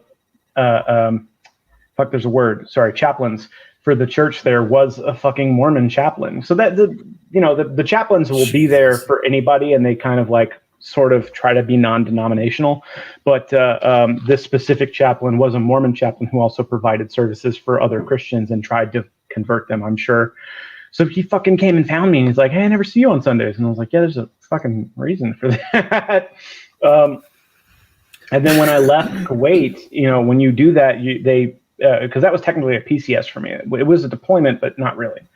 So when I PCS'd from Kuwait to Colorado, they followed me there too. I might as well put myself up for the thing. Sorry. It's me. Hello. So they fucking followed me, though. They followed me to Colorado, Archer, and bitch that's boy. where the trail Bitch ended. boy. They Sorry. didn't. They came and bothered me a couple of times in Colorado, and they stopped, though. And I feel like there's a reason that they stopped. I don't know what fucking database I got entered into, but so whenever they would come, I'd be nice to them. Be like, yeah, come on in. And the reason I was nice to them is because they're fucking riding around on bicycles all goddamn day, and I boys. empathize. They're boys and girls. They're young. Yeah. So, the elders come in to talk to me, and I'd bring them in. I'd offer them refreshments. I was like, hey, I got a lot of soda, but I also have juice. Here you go. And I'd fucking talk to them. I would, because I like talking to people. I'm like, you're not going to convert me, but you can come hang out, sit down, put your feet up for a little bit. Let's talk religion. And I got to a point just discussing sort of origins, not necessarily of Mormonism, but more Christianity, where I had one of the elders like break down crying in my living room. And he's like, I'm fucking hated my life for the last 19 months, something like that. I miss my family. The more I read about this shit, the less I believe in it. And I feel like I'm checking boxes at this point. Like, I don't want to be here, but I have to finish. Like, otherwise it was a waste of time, this, that, and the other. And he ended up leaving the church. I kind of kept in contact with him. And the other guy didn't really have anything. He had nothing, no idea what to say, just felt bad the whole time sitting there. And I'm like, I'm just providing you information. I got books. I'll talk to you all day about this kind of stuff. I love this kind of stuff. So I low-key almost kind of didn't really feel bad for him, but it was just kind of one of those scenarios where after that one meeting, they haven't knocked on my door since. Apparently they came to bother Jen while I was deployed or something, but other than that, nothing. So that's the other way that I've escaped Mormonism, is that I made an elder leave the church, and so they stopped fucking wanting to come bother me to try to convert me, because they're like, well, we're not going to lose any more fucking missionaries. But yeah. Have you lived in the same place since there? Oh, everybody drink. Oh shit! No. After I left, I've moved to a couple different places in Idaho. So, but that's just kind of a thing. Slancha. So, Poogie. Oh. Yes. But yeah, there has been some attention drawn to your shelf behind you. Yeah. Oh, yeah. Let's look at that. Yeah. What's going on with the shelf behind you? Let's get into some nerdy stuff. Oh shit! Is it this one? What are we talking about? Yeah, I'm looking at the golden plates. Is that like the fucking action Bible, but for Mormons? What the fuck is that? That's what it looks like. Yeah, exactly right. This is the golden plates. Jesus! It is a comic by Mike Allred, who is famous for. Jagazus is in here. All right, sorry. Jagazus, hey! But yes, this is the action Book of Mormon, and let me tell you, there's a lot of action in the Book of Mormon. So you can see just the walls of text that cover Lehi prophesying to Jerusalem that they were going to be destroyed in 600 BC. Are those outfits even historically accurate? No. Have you seen Book of Mormon proof for? Oh shit! I actually have that too. So the 1950s version of the Book of Mormon contains a leaflet inside of it claiming that Aztec ruins are the claim for the Lamanites and the Nephites in the Book of Mormon. Oh, where's my camera? There it is. So, they'll just appropriate any culture in order to make a point that their history is true. Just say right now that I fucking hate white people. Oh, come on. Look at how white these Middle Easterns are. Look at the angel. I mean, he's really white. He's got that covered. But yes, this is there's only 3 issues of it. I have all 3. Besides the books, we're getting into the nerdy segment now, I think. So what I see a lot of figurines behind you, but I can't really make out what they are. Oh, those are bears. Those aren't figurines. If you want to see figurines, I have bears. Like, well, he's Poogibear. These are my wives. These are not mine. are just bears. We need to get into polygamy in the fucking... You're gonna see my horribly dirty basement, but I'll show you my figurines. They're over here. Yeah, show us. There's been some interest in the comments about we'll slide over here. This is my Disney Infinity collection.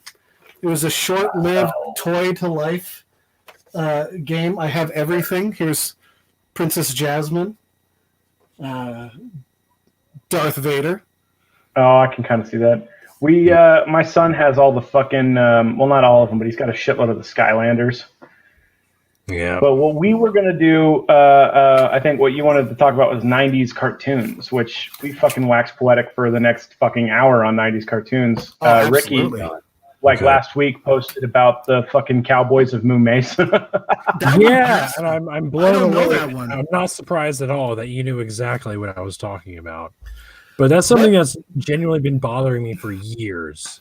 Like, it's been in the back of my head. I'm like, what the fuck was that cartoon? Like, I remember, I was hoping I remember Biker Mice from Mars. Like, I remember all of those anthropomorphic shows. But this one, I could not remember the name of it for years. Wasn't there an arcade game of that? There had to be. It was like Sunset Riders. It's very similar. You mentioned that, and I meant to Google it because I wouldn't be surprised. Because again, that's the same people who did Sunset Riders arcade game. Are they cows? Konami. No, they're cowboys. Yeah. But it's similar. It's like left to right. Have to surprise me because, like I said, when I did the video, it's the same people who did Teenage Mutant Ninja Turtles, and they have Turtles in Time, and now there's a new one actually that I need to download.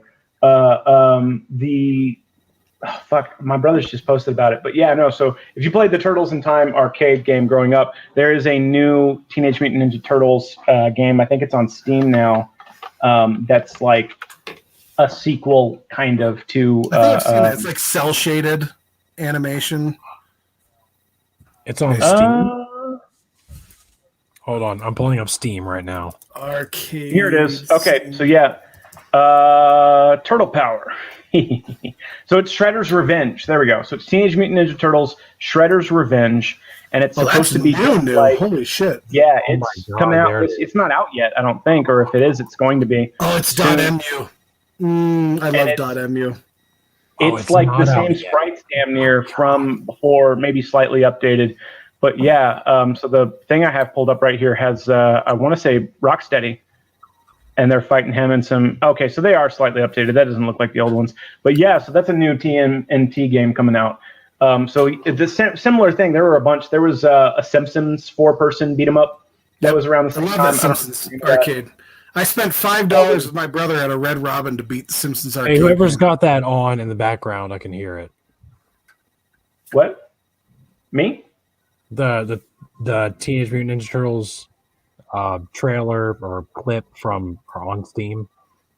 I'm muted. Oh, sorry. I just have a thing pulled up. It wasn't making noise, I don't think, unless it's doing it and I didn't realize it because I have the thing. Hold on, let me mute that.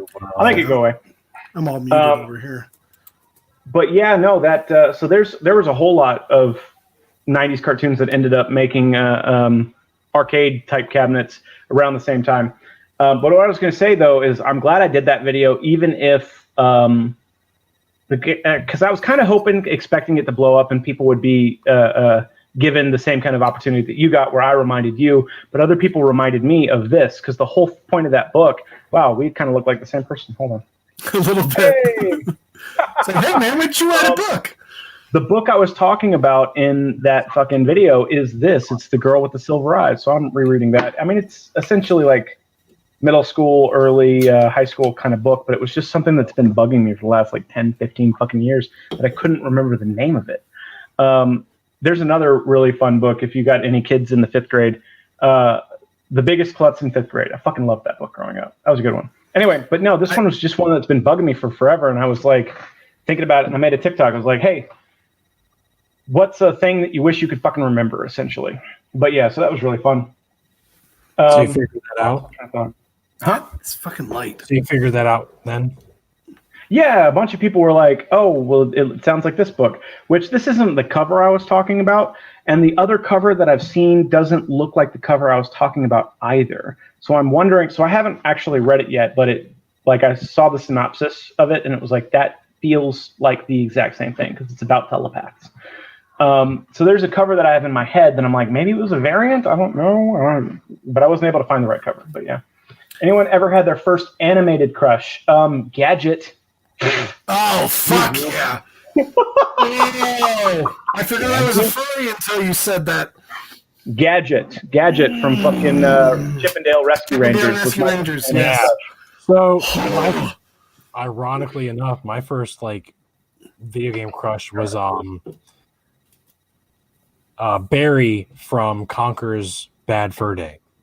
Oh, that's a good one. Oh, that's valid. You know what I'm talking about? She was like Lola Bunny from Space Jam, but like hotter. Is this where we find out that all three of us are furries? I'm gonna just reveal that on episode 4 or 3. This is episode 3. For sure. Gadget. Who else? There's an episode where Jasmine turns into a snake on the Aladdin show, and that woke something up in me. Oh, wait. The snake from Aladdin? No. In the Aladdin animated series, there's an episode where they're cursed. Jasmine and Aladdin turn into snakes. And Snake Jasmine, whoo! I paused that VHS a couple times. What the hell are you talking about? Jasmine turned into a snake. I'm going to have to look that up. It evoked something in me. Oh, no. Oh, she's like a Naga. Hold on. You don't have to look it up. I'm gonna put it on there is definitely some Rule 34 shit about this somewhere. That's the one. I might have to. Yeah, Lola Bunny. Lola Bunny, holy fucking shit. Like. Here we go. Boom. Oh, man, that doesn't look anything like my fantasies, but that's it. That's the one. Yeah. Okay. She's a fucking Naga. Yeah. Have you seen Monster Musume? Oh, okay. Okay. She got the tongue thing going. Oh, Jasmine. Oh, what is wrong with you? I was 10. Come on. Okay. All right. Sorry. Like, so there's a fucking show. Like you never played with your stuffed animals in an inappropriate way. Come on. Oh, you shut the hell up right now. This is a family show. Monster Monsume. I don't know the whole fucking name in Japanese. So here's the creepy part: is that they're teenagers. So anyway, but it's there's a harpy, there's a slime girl, there's a fucking I want to say they're called Nagi, aren't they? Did you say anime or hentai? Well, it's anime. It's not hentai, but there's tits. But anyway, well, it's anime. Anime with the hentai flair. Anime with tentacles Naga. is just hentai. Naga. Anime with. Yeah, they're snake-like beings. Anyway, so there's a centaur. There's a fucking spider lady named Ragnar. So yeah, no, that's hilarious that all three of us is like, oh, cartoon crush. All anthropomorphic characters. Things. So that's well, no one's gonna like. You know whose fault that is? Mayonnaise from Doug. That's boring. Right, and her voice. But so that's the thing. It's Hollywood's fault because they made a bunch of fucking shows in the '90s and '80s of anthropomorphic fucking animals. It's Hollywood's fault that furries exist. They wanted to sell a couple toys right now. All right. Crystal from Star Fox Adventures. The GameCube game? It's fucking the loincloth. Everybody a furry, like instantly. I don't know if I've played that. I know what you're talking about. I don't know if I've played it. I don't think I beat it. I don't think I got very far at all, but I did play it. I played it over and over again. I had a GameCube. You know what else though? No, what I'm talking about. But it's Lola Bunny from Space Jam. Lola Bunny did it for me. That was over the top. Everybody furries. It was like the starter pack. You know, and so here's the thing: bunny tail butt plugs exist, and now they took her boobs away, right? And everyone's so people are getting upset about that, but do it. Take the boobs away. Here's why. Fucking she's still sexy. We're all kind of sort of fucked up by what they did to us as kids. Kids don't need to be exposed to that kind of thing. They're going to be eventually. Don't get me wrong. I got a 7-year-old. I don't want him having access to the internet the way that I did when I was fucking 7 because I was a little pervert. But you know, to an extent, we have to keep kids away from that kind of thing. Like talk to them about it, sure, but don't let them fucking watch that kind of shit on TV. Fuck. Yeah, I agree wholeheartedly. Like Lola It's like, Bunny. if we like, don't when give were this kids, rabbit tits, how are kids gonna know she's a girl? Yeah, like she was purposefully sexualized. Like Absolutely. she did not look like Bugs Bunny or Daffy Duck. Like she did not fit the form of the original like Looney Tunes. Clarabelle the She cow was from Disney cartoons. No, to she was. fucking awaken our sexuality as 11 or 12-year-olds. Like Sex sells, and it sells at 11 too. Yeah. You know, when we picked 90s cartoons as the topic, I didn't think we'd be on about sexuality in cartoons. I didn't think that was where we were going to fucking go on land. 90s Nick shows. I wanted to talk about the adventures of Pete and Pete, but y'all take off. Fucking, Pete and Pete. Oh, Pete come on. Pete. Pete and Pete was good, but like, I don't know, Johnny Bravo, cartoon, cow and chicken. I thought you were say something bad about Pete and Pete. Doesn't he? Who? You know, I think Morona and Danny Tamborelli? Pete and Pete, I heard, or one of the Pete's. I heard they have a podcast that's like really popular. The Adventures of Mike and Danny. It's Danny Tamborelli who played Little Pete and Mike Morona that played Big Pete. They have a podcast. Yeah. I love Pete and Pete. Love Pete and Pete. You probably remember Clarissa Explains It All. Yep, Clarissa Explains It All. Hey, dude. No one watched it, but it was on. Hey, dude. Who was The Secret World of Alex Mack? Yes, I'm about to say the girl who had like the powers. She could turn into Capri Sun liquid. Yes. So when I was growing up, we had one television in the house, really. Episode in here. There was a smaller TV upstairs that was connected to our Super Nintendo. And we had computers, but there was only one TV that had a cable box and it was downstairs.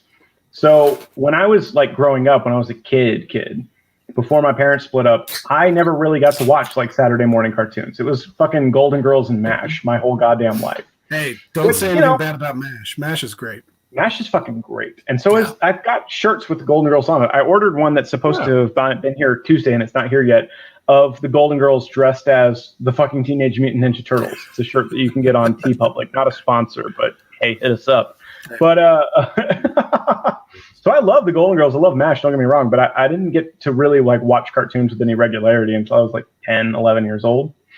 So that was like the back end of like Cartoon and Johnny Bravo and Dexter's Lab for me. So I didn't get to see like the Pete and Pete really, because that was early 90s, wasn't it? Early to mid. It ran from 89 to 95, but the first 3 years were just shorts. It actually had seasons in 92 to 95. So I didn't get to watch any of that shit. I think I saw a couple episodes of Clarissa Explains It All. I'm not sure when or why, because I remember. Her video. I think I'm thinking of Teenage Mutant Sabrina the Teenage Witch. Is that the one where her boyfriend came up to her fucking window? Clarissa Explains It All. Came up that with is a ladder. Clarissa. Yeah. With a ladder. How the hell did they not beat that dude's ass? Like her parents. Because they had to into my daughter's room with a fucking ladder. He was more of a little bitch than boyfriend was. How the fuck are you getting? Does he bring the ladder with him? Is it just on the side of the house? What the fuck is up with the ladder? So that is Clarissa. I thought that was, for whatever reason, I thought that was fucking Harvey or whoever it is on Sabrina. After this, I'd have to research Mormonism more. Now I'm going to have to research. Wasn't her boyfriend? Yeah, like where the fuck did the ladder come from? Was it there? He had a ladder with him.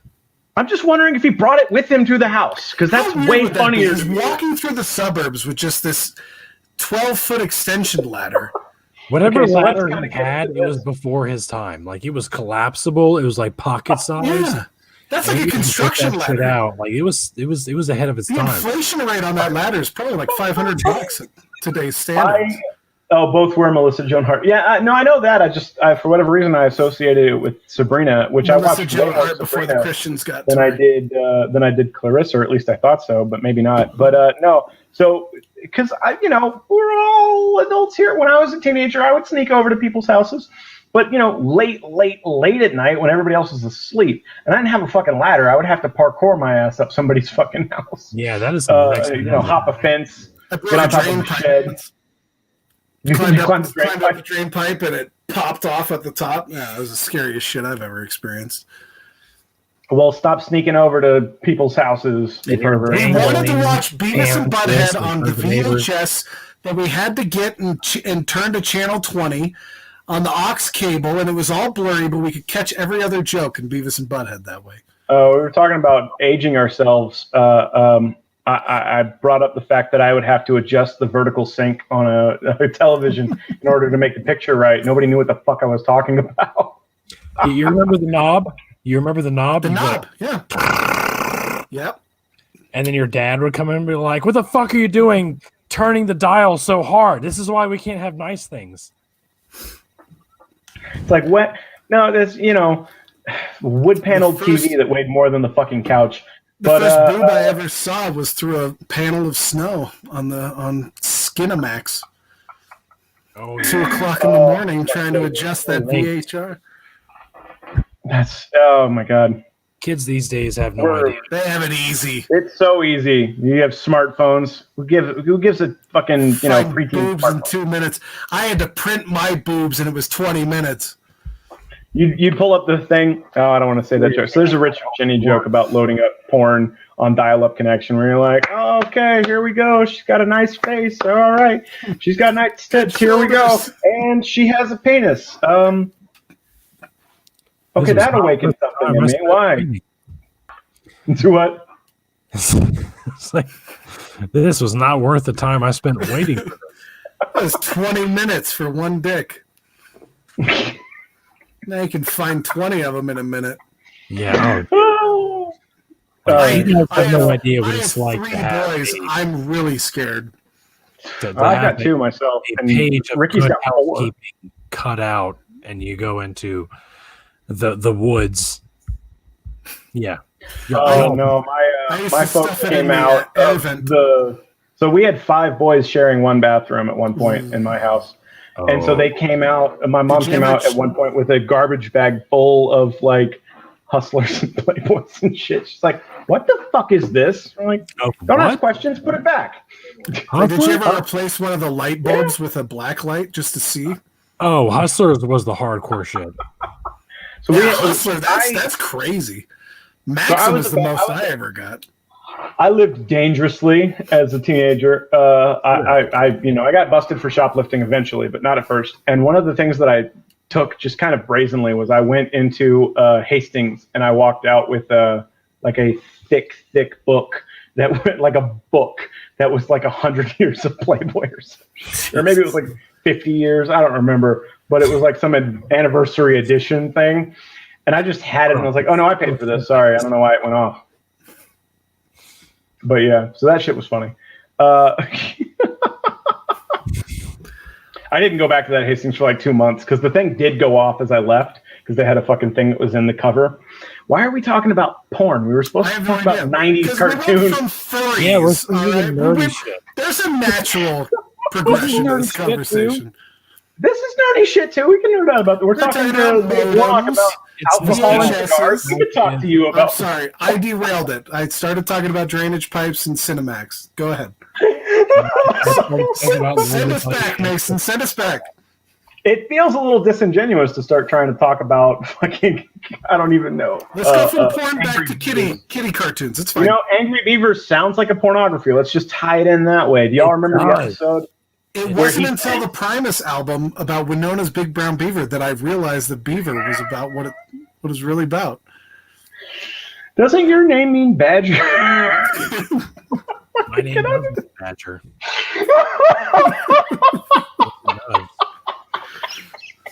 I'm gonna fucking die. That's a great theme song, though. Speaking of theme songs, let's just go with 90s theme songs. Oh, you know what? That's actually a good point. So first of all, obviously DuckTales. Yep. But so here's something though, and I want to know. I was talking to this about a friend of mine. There was I want to say it was on the Nintendo, not the Super Nintendo, but the Nintendo. There was a DuckTales video game, and the third level was a moon level. Inexplicably, I already knew where you were going. So Brentalfloss is fucking great. He does a lot of like old video game things that he just puts lyrics over, and he did the DuckTales moon music from the video game with lyrics, which is really, wait Uncle Scrooge, you need a suit up there.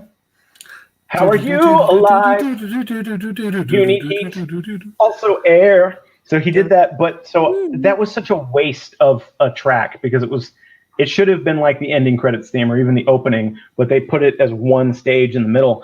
And they brought it back though, because it is a WAP. It's a fucking it's. So they brought it back for the reboot of the show. They did the Quack. No, 90s. So they rebooted the DuckTales show, and David Tennant is fucking Scrooge McDuck. Go watch it; it's amazing. And his, kids love it. like a long lost girlfriend of his was stuck on the moon for fucking like 60 years or some bullshit. And it's apparently a lullaby she used to sing to her kids. And it's the fucking moon music theme that actually has lyrics to it, which is fucking great.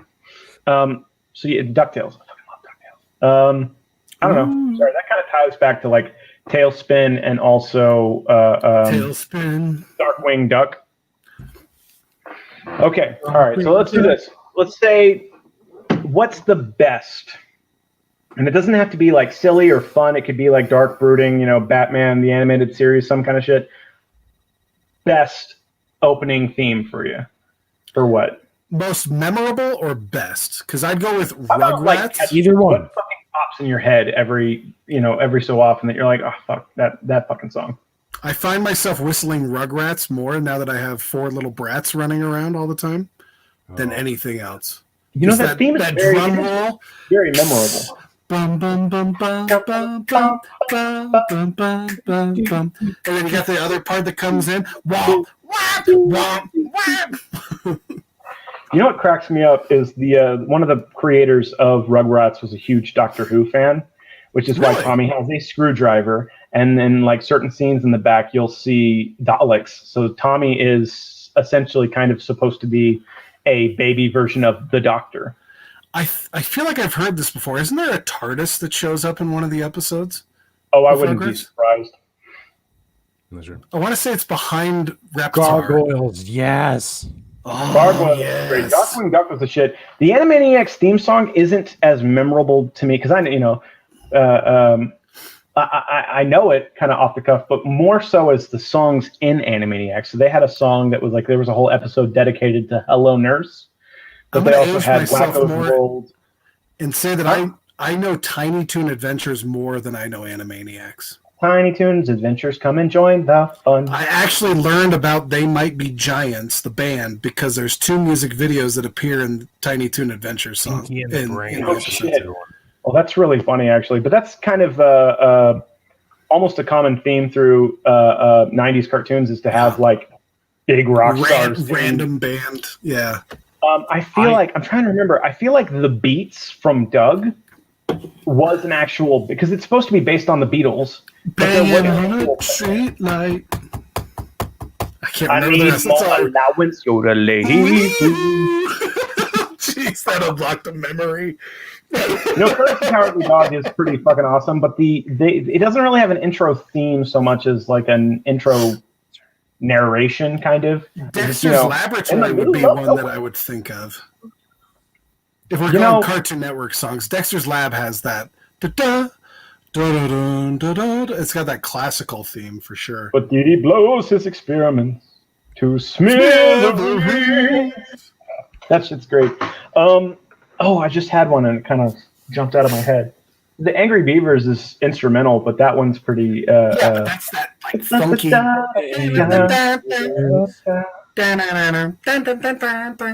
Didn't they redo Rocko's Modern Life too? Isn't that a new one that came back? That's a Netflix show. There was a movie that came out. Yeah. Oh, it's a movie? That show is not appropriate for kids. As well as Ren and Stimpy. Those 2 shows fucked me up for a long time. Here's the thing. So Ren and Stimpy, even the cartoon, like the kids' version of the cartoon, is fucked up, but there's an adult version of the cartoon that people remember and they associate with the kids' version.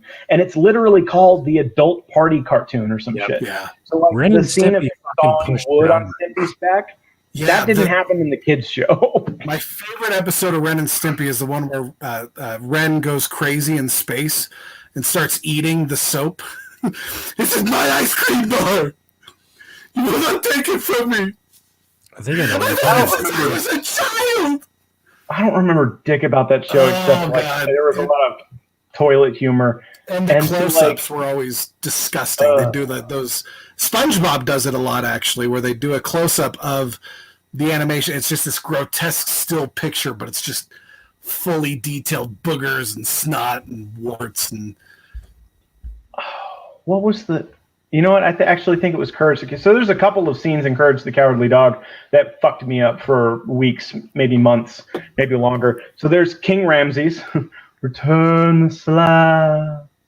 I don't know why that fucked me up so bad, but that shit creeped the fuck out of like 9-year-old Mason. So there was that, and then there was I don't remember the scene. I don't remember the episode at all, but it was like he goes through a door and there's like geometric patterns.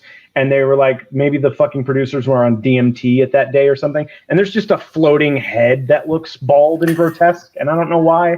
And so like, there's a couple of moments in Courage. And there's a really fun fan theory about Courage the Cowardly Dog, where these are just things as seen by a dog. So like the mailman shows up, or like a delivery guy or a vacuum salesman, and the dog sees it as this foreign, alien, scary intruder. So that's where that whole thing like supposedly ties in, where it's like, this is just the imagination of a dog as seen by humans, kind of. I didn't watch a lot of Courage the Cowardly Dog. I don't know why. Feel good about that, because that shit was creepy as fuck, man. Like Cat Dog. Like I didn't watch Cat Dog. I was familiar with it, but I didn't watch a lot of it. I was kind of growing out of the Nickelodeon, like when the Rocket Power, is that the one with the kids that skateboard? Like 97, 98 was like the end. For some reason, though, I caught every damn episode of Blue's Clues because it was on before I went to early morning seminary. Watched every episode of Blue's Clues. Steve is the motherfucking GOAT. But everything else I Can we clear something up about Steve right now? People think that Steve had a heroin problem or something, and that's why he let me know. He got old. He was going bald, and he left. Yeah. He didn't want to be on a kid's show balding. That's the reason he left, and they replaced him with Joe. And it wasn't like he left all of a sudden and Joe showed up. He introduced Joe to the kids. There's that happened. 2-episode part about that. Yes. Hold on, Nat asked if I'm ready for the debate tomorrow. No. There's a debate tomorrow? What are you talking about? You forgot to volunteer for something? If I'm a part of a debate tomorrow, I have no idea. No, I'm kidding. I'm good to go. You had me going. I was like, I was gonna say, I'm four in, man. You can't fuck with me like that. I'm fucking topped off this bottle. That black label, that whole thing? Huh? No. Oh, Jesus. A little bit. Oh, okay. I only took like 2 or 3 shots of whiskey, and then I had probably 3 shots of rum in here. So yeah, only 6 shots.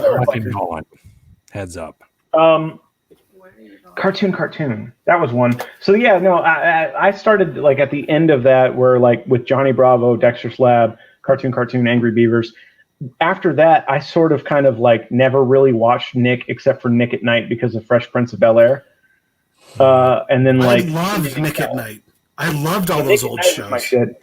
But I like, for whatever reason, prior to that certain point, after that, I kind of moved over to Cartoon Network, and more specifically, a lot of anime, Toonami, Adult Swim kind of things. Which at that point, you're not really, because that's middle school, high school. Oftentimes, you have better things to do than watch cartoons.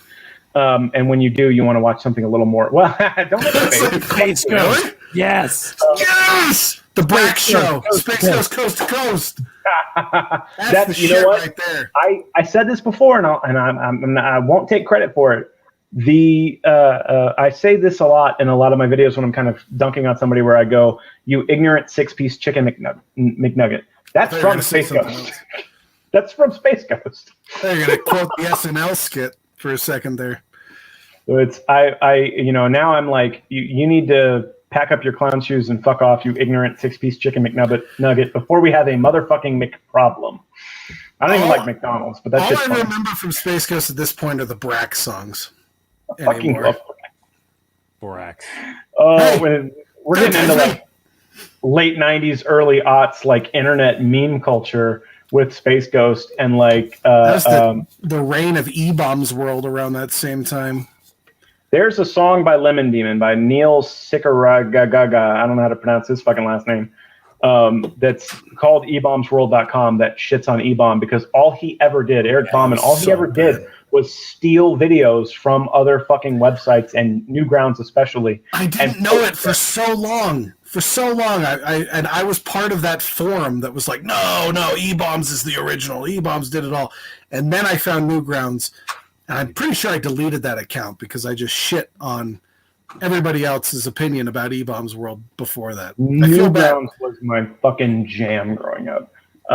So, divorced single dad, he would take me and my brother to his work because he was, during the day, he would do stuff for the military. And then at night, he was an assistant instructor, or sometimes he would have his own classes. I don't know how that works. I'd have to ask him. But for Sand Hills Community College in North Carolina, teaching all kinds of computer shit. And we'd be kind of holed up in an empty computer lab by ourselves. Sometimes he'd order pizza or whatever, and it'd be me and my brother Joey, and we just fucking hang out for like 4 or 5 hours playing shit on Newgrounds, mini clips, and then to a certain point, like RuneScape, and I think I found Gaia Online around the same time. That is my fucking life. I had a similar experience, except it was in high school. We had a web design class. The whole objective of the class that whole semester was design a website with like 3 buttons, a couple hyperlinks, and that was it. I finished my website the first day. The rest of the time, I fucked around on Newgrounds and every Flash site I could find after that. And the teacher didn't care. He just sat at his desk the whole time. Oh, that'd be nice if I had access to that kind of shit in school, but all that was locked down by the time I was going. That reminds me of my... I knew proxies and VIP. And what's experiment. up? So that reminds me of my dissecting a frog experiment. Like that, we were supposed to have a partner. My partner was squeamish, so she did like the computer equivalent. I finished my experiment or my project in 1 day by myself. Everybody else had to do 2 days with their partner. Like I fucking massacred my frog. I installed emulators. Did you get a good grade? Yeah, I did. Were you supposed to just tear it up with scissors, or were you supposed to actually dissect it? Like, what was that? Yeah, you're supposed to dissect it, and you're supposed to take the individual parts and like lay them on like a mat that had like the shapes on them and identify the different parts. And it was a 2-week long project? No, a 2 day. 2 day. Oh, I was gonna say, did the teacher understand how decomposing bodies work? Because after 2 weeks, I don't think that frog was. But I completed mine in the first day by myself because my partner was. I don't think I ever dissected anything in school. Well, now we're going to look at the femur of the frog. I'm pretty sure I never dissected anything. Yeah, I fucking with that thing. I'm a combat lifesaver qualified. Which means I'm practically a combat medic. Come at me. Too. My brother's 68 whiskey, and he gets real fucking pissed when I say that. Because I'm made in litter team, man. It's the same thing. Yep, same here. I have that training too. One of the times that I went through, I had a girl who I stuck her real easy, did the thing, blah, blah, nothing. But this was when it was still part of the curriculum. I don't know how to phrase that. Part of the lessons was IVs, and now it isn't anymore because of shit like this. So no issues. When she went to stick me, she intruded the vein like 2 or 3 times, and then finally got it, but she didn't have the stuff prepped. So then I just started squirting all over the table. Giggity. But I was like, get the pressure bandage. I'm not going to bleed out, but I'm pretty fucking pissed off. So, I don't know. Dissecting frogs reminded me of that. But I don't know. Either way. Well, Dissecting frogs often makes me think of bloodletting as well. Oh, I'm out of it. I'm sorry. You're good. Oh, man. Tipsy. Well, we're going on 2 hours. I think we could do this all night. We could, but do we want to have a closing argument, or what's our plan here? Yeah, conclusion. In Poogie. conclusion, Mormonism's fucked. Fucking Scientology. What is it, Poogie, that makes you rage quit in life? Rage quit in life? Just what is it that just fucking sets you off and makes you be like, fucking, I'm done. When people fucking compare me to Seth Rogen, you motherfuckers! Compare. Fuck you, I'm out of here! You don't like Seth You Rogen? had I think that he's fine. already. I don't like Seth Rogen. I got impressions of Chris Farley. I got that down. I got Matt Foley's motivational speaker. I can do that shit all day long. I don't have Seth Rogen in my back pocket. I got to figure that shit out. And I'm 34 goddamn years old. I can't come up with goddamn new skills at this late in the game. You sound exactly like Seth Rogen right now. Is this part of the joke? I hope you didn't just wake all your kids up. They're upstairs. They're fine. My wife, who's on the stream, is going to be like, oh, fuck, I know what he's going to ask for here in 5 minutes. But other than that, we're fine. That sounds naughty. She's going to ask for a back rub. It's fine. Yeah, all good. Just a back rub. No. But you tell us. We didn't really get into it. I kind of wanted to discuss, so what is it? Celestial, terrestrial, and yes. Let me finish with that. Let's give us back to the plan of salvation. So I ended on spirit paradise and spirit prison, which is when the ordinance of the temple take place. So every time you go to the temple, the second time and beyond, after your first time, you go and do an ordinance in behalf of somebody else. So spiritual grave robbing in that sense. After we all die, the resurrection happens, Jesus comes back, we're all judged for our actions. And there's 3 tiers of heaven within Mormonism. There's the celestial kingdom, which is the highest tier, but there's also a tier within the celestial kingdom. So you can go to the celestial kingdom if you're gay, for example, and you're active member in Mormon, but you never act on your sexual impurity, as they would call it. You can still make it to Mormon celestial heaven, but you can't become a god someday. You can't reach exaltation. In order to do that, you have to be married and sealed in the temple. Well, why the fuck did God make people gay? Because God is fucking dumb. As Frank Zappa said, bastard. As Frank Zappa said, if we're dumb and we're created in God's image, then God is dumb. And maybe a little bit ugly on the side. There's no devil. It's just God when he drinks. Well, then I'm the devil today. I'm my own God.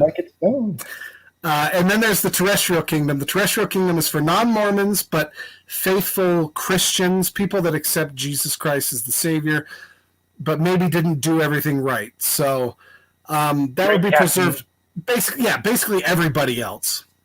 And then there's the celestial kingdom, which is reserved for, conveniently enough, the Hitlers, the murderers, the blasphemers, the thieves, the liars in life. They all end up in the celestial kingdom. Each one of these tiers has visitors to it. Celestial kingdom is where God, Jesus Christ, and the Holy Ghost live. Jesus Christ comes and visits the terrestrial kingdom, but never God. And the Holy Ghost visits the celestial kingdom, but never Jesus. Then there's where I'm going, which is outer darkness, which is the true version of Mormon hell. That's for people that have denied Mormonism, denied the Holy Spirit, have gone through the temple and denied it and pissed on it, whatever. That is the only place in Mormon theology, in the plan of salvation, where your soul literally disappears, is destroyed, you never live for eternity. And God damn it, in every sense of that phrase, that's where I want to go, because eternity sounds like fucking hell, personally. But I'm a nihilist, so there you go. I'd rather not exist than have to worship God in heaven. Yeah, that sounds like a fucking horrible time, especially with all of his rules, all of his shitty rules, all of his terrible dogma, all of the shit that he allows down here on this earth, and he has the power to change, but he does goddamn nothing about it. Fuck that guy. He's a fucking pervert, too. Yeah. I mean, I'm a furry, but that guy is a fucking pervert. Imagine having an ant farm, and then you kill certain ants if they don't have sex the way that you like. Right. Sorry. No, you're absolutely right. Why are these ants fucking doggy style? There's only one orifice, goddammit. You should be fucking through a sheet. Only. Missionary only. White sheet in between you. Hole cut in the sheet. Oh, speaking of missionaries, the secret words today were mission, not missionary, but mission, elders, and polygamy. Fuck. Well, my mission. God damn it. was great. Me and my elders Fuck you. enjoyed ignoring talking about polygamy. Touche. I'm out though. I'm out. You're fine, Captain Deadpool. You're fine. I don't want to drink this straight from the bottle, and I don't want to pour another shot. This stuff's good though. Sorry. I don't know, Ricky. You want to take us out? Yeah. Unless you want to talk wax poetically about fucking Nickelodeon for the next 30 minutes. I'm cool. I think we've done that enough. Hold on. Thank you, everyone. You're good. I'm just kidding. Because the tripod is stupid. Thank you, everybody, for listening in. Thank you, everyone who interacted in the comments and asked us questions and all the good stuff. This has been fun. Thank you, Poogie, for sharing your story and thank you guys. And yeah, this was fun. I appreciate it. I learned a lot of stuff, and yeah, hopefully, maybe we'll do this again someday. There's so much more Mormonism. I'd love to come back. So. Oh yeah, I'm sure there is. We didn't even get into polygamy, really. The tip of the iceberg, really. Yeah. I know we barely scratched the surface. There's so much more. You know, we gotta almost have to take that to the historical context of America, though, and when was marriage age sort of raised up, which I feel like that was early 20th century, really. And people then have even done consensus, though. 14 was like no. 14 was so rare. 16 to 18 was about average. But yeah. So, all right. Sorry. And we'll see y'all next week at the regular time, which is Sunday. So that's Sunday the 28th with Biddy Buddha, who was in chat earlier regarding progressive Christianity, specifically whether or not it's a good thing. That's what she wants to talk about. So, yeah, we'll see everybody on the 28th, same time. See you guys. Thank y'all for tuning in.